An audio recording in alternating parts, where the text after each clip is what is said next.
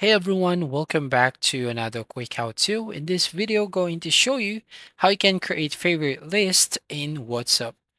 First up, open your WhatsApp application and then tap on the three dots at the top right-hand corner of your screen. Now from here, select on settings.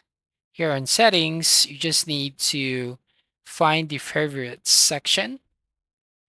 And then here, if you want to add favorites, you just have to tap on the plus icon right from here to add some favorite and then select the favorite contacts here.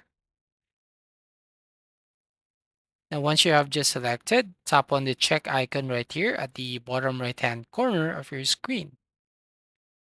Once you've done that, as you can see, we have just created our favorite list.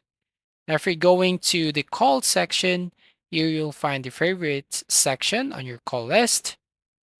And then if you scroll down, you'll find favorite section on your chats.